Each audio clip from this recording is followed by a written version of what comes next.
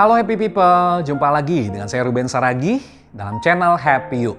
Jangan lupa subscribe dan aktifkan tanda lonceng supaya sahabat selalu mengikuti cerita happy berikutnya. Kali ini kita mau belajar yang namanya prinsip 90-10. Prinsip ini menceritakan bahwa 10% kejadian dalam hidup kita di luar jangkauan kita, sahabatku. Contoh ketika kita bertemu dengan yang namanya kemacetan, atau ketika kita sedang menunggu pesawat, ternyata pesawatnya delay. Namun prinsip ini juga menceritakan bahwa 90% kejadian dalam hidup kita ternyata sangat tergantung dengan respon yang kita pilih. Contoh, ketika kita kembali ke kemacetan tadi, ada banyak di antara kita yang mungkin memilih menggerutu atau marah-marah. Namun ada sedikit juga di antara kita yang memilih untuk bersiul, mendengarkan musik di mobil, atau bahkan kita menggunakan waktu-waktu kita berdoa bagi orang-orang yang kita cintai.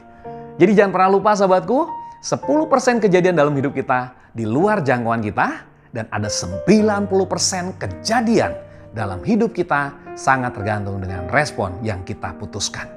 3 tahun lalu ada seorang anak muda di Amerika. Dia bukan anak muda sembarangan. Dia bernama Chester. Chester adalah vokalis grup band rock nomor 1 di Amerika, Linkin Park Band. Beberapa saat setelah Chester melakukan konser besar-besaran, dia ditemukan bunuh diri dengan cara gantung diri di kamarnya. Jutaan fansnya kehilangan dan kecewa mengapa Chester begitu tega meninggalkan mereka.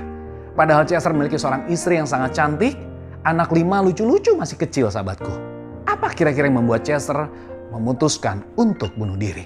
Polisi menemukan secari kertas surat di bawah mayatnya yang dia tulis sebelum dia lakukan aksi bunuh dirinya. Ternyata 2 bulan terakhir Chester mengalami depresi berat karena 2 bulan sebelumnya sahabatnya sekaligus juga idolanya, sama-sama rocker, ditemukan bunuh diri dengan cara yang sama. Hal itulah yang membuat Chester kehilangan akal sehat. Di tempat lain ada seorang anak muda juga bernama Jane Dominic Bowlby. Di usia yang sangat muda, Jane dipercaya menjadi pemimpin majalah wanita yang saat itu memiliki oplah penjualan tertinggi di dunia. Majalah Elle dari Perancis. Di puncak karirnya, Jane harus mengalami musibah. Dia mengalami satu penyakit super langka, sahabatku, yang namanya Totally Syndrome Lock. Jadi dari ujung rambut sampai ujung kakinya, tiba-tiba Jane mengalami kelumpuhan total. Namun Tuhan masih mengizinkan ada bagian kecil dari tubuhnya yang berfungsi, yakni kelopak matanya yang sebelah kiri itu masih bisa berfungsi. Disinilah hebatnya respon yang Jane pilih. Di tengah penderitaan yang luar biasa, Jane memilih justru untuk bahagia. Dia ingin menuliskan sebuah novel yang mengisahkan bahwa hidupnya selama ini sangatlah indah. Dibantu oleh seorang asisten menggunakan papan alfabet dari A sampai Z, setiap asisten itu menunjuk huruf demi huruf, sang asisten juga melihat kelopak mata sebelah kirinya. Sehingga ketika Jane mengedipkan matanya, itulah huruf yang dia mau. Cara inilah yang membuat novel itu akhirnya selesai dalam waktu 1 tahun, dan 2 hari setelah novel itu launching, Jane meninggalkan kehidupan di dunia ini.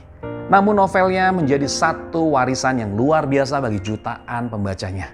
Khususnya bagi mereka yang mengalami problem, mereka disadarkan bahwa penulis novel ini jauh lebih punya masalah dibandingkan dengan mereka. Jadi sahabatku, di manakah kita saat ini berada? Mungkin hari-hari ini, sahabatku, kita baru mengalami satu problem besar. Mungkin kita mengalami sesuatu hal yang menyedihkan buat kita.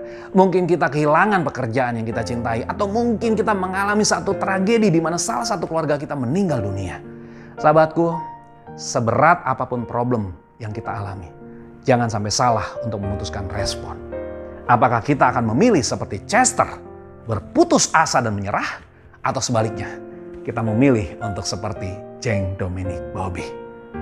Terima kasih sahabatku. Hidup ini adalah kesempatan. Sehat dan bahagia selalu.